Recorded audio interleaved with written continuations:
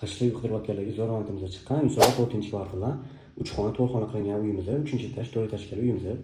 Hop, bu yog'imizda podyezddan ko'rishimiz bo'ladi. Ko'rsangiz bo'ladi. Uyimizga Evram Me'morov bitkazib qo'ygan. Hop.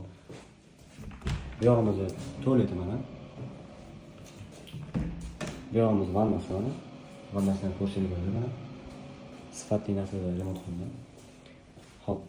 Bu yog'imizda birinchi detskiy xonasi mana. Detskiy mana. Yaxshi. Hop. Endi bu yog'imizda spalni ham katta, mana ko'rsangiz bo'ladi.